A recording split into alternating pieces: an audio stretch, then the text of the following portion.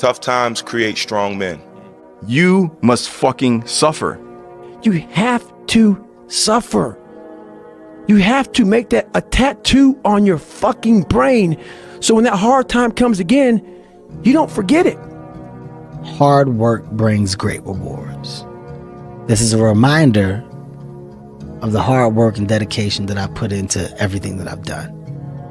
I'm not content because I know where I came from and I don't ever want to go back.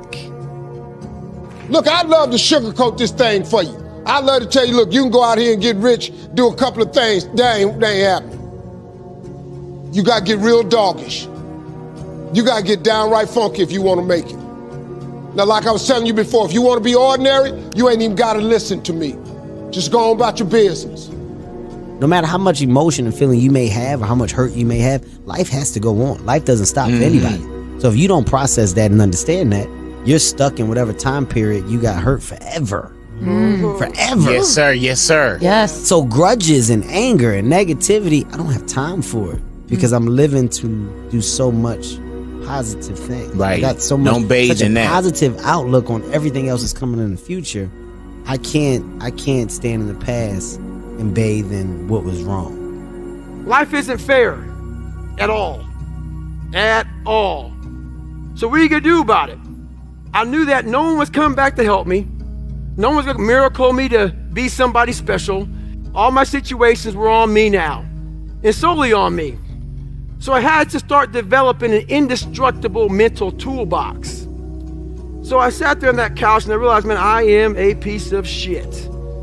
And even though the world helped me get here, my false reality helped me even more. You cannot change your life unless you change something.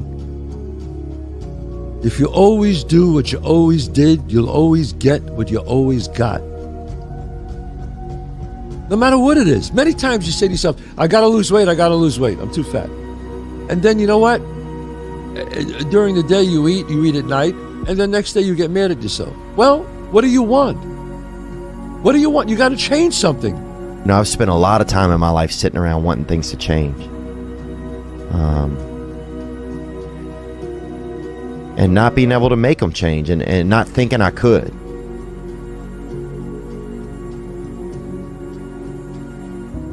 And I wish somebody had told me that earlier sometimes. That in order for something to change, there needs to be change. Because yeah, nothing changes and nothing changes, man. Looking in that mirror every day, you can't lie to yourself, man. That dirty bathroom mirror that with all that daggone toothpaste scum and whatever on it, it's telling you the truth. It's saying, hey man, you are a jacked up cat. And a lot of us have this voice in our head. We all know that voice in our head that tells us the truth every single day that we try to run away from, that says we're scared of this, let's go this way. It started gnawing at me so horribly bad that it wouldn't allow me to live anymore without facing me.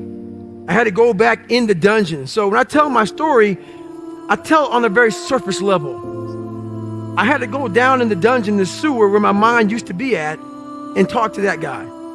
Because I wanted to live my life in a way that when I died, I was proud of myself. I knew what pride felt like. And if it took pushing myself to death, I was willing to do that. But I wanted to look in that mirror, not impress anybody, not money, not fame, not nothing. I wanted to impress the guy in the daggone mirror. And I worked endlessly and tirelessly to do that. And it happened. I woke up one day and stopped making excuses. I woke up one day and stopped playing the blame game. I woke up one day and looked at the man in the mirror and was like, yo, bro, what are you doing? Wake up, it's showtime, let's go. Excuses sound best to the person that's making them up. Stop feeling sorry for yourself. Get off the pity potty. Wake your ass up. Awaken the beast inside. Get off the pity potty. Telling everybody your sad and sob stories, trying to get people to show up to your pity parties and your pity parades. It's time to take shit to another level. It's game on. It's focus. It's go season.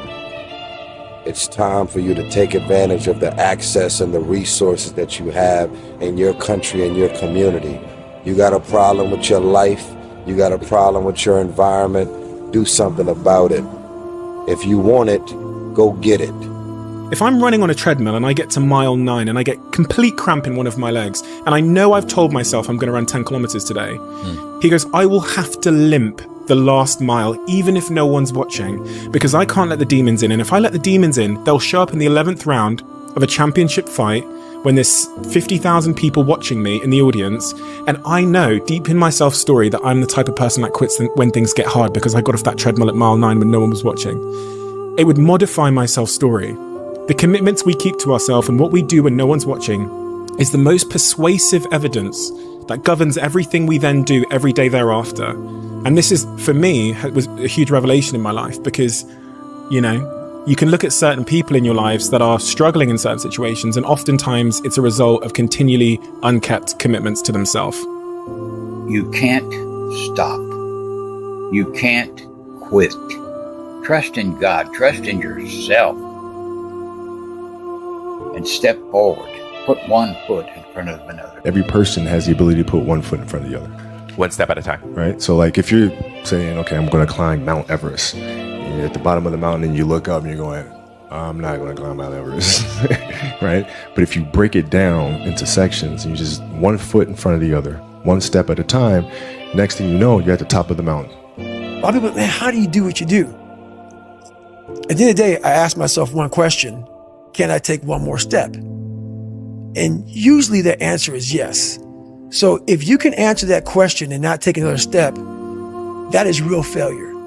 That is real quitting. So a lot of people can take one more step, but they choose not to. I don't know if you can take 2 steps. You got to answer that question after you take the first step. And sometimes something can be so tough, like can be so hard, right, that you're not going to understand it. You just got to survive it, Doc. Right? And by surviving it, the lessons come. The blessings come. The perspective comes. Most importantly and hopefully, the peace comes. I think one of the hardest things to hear after you don't get your way is keep working. But it's also one of the only solutions to be successful. You're not going to get your way most of the time in your life. Just keep working. Hard work pays off. No one tells you when. You'll never know the true feeling of accomplishment if you've never faced a setback. You'll never know the true meaning of confidence if you've never had to bounce back from anything. Just keep working. You're not getting what you want, keep working. You are getting what you want, keep working. One thing's for sure, overthinking's overrated. Have a great day. Since I first got here, I never stopped working. Today was when all the work paid off, and God put me in a position, and I just try to take advantage of my opportunities.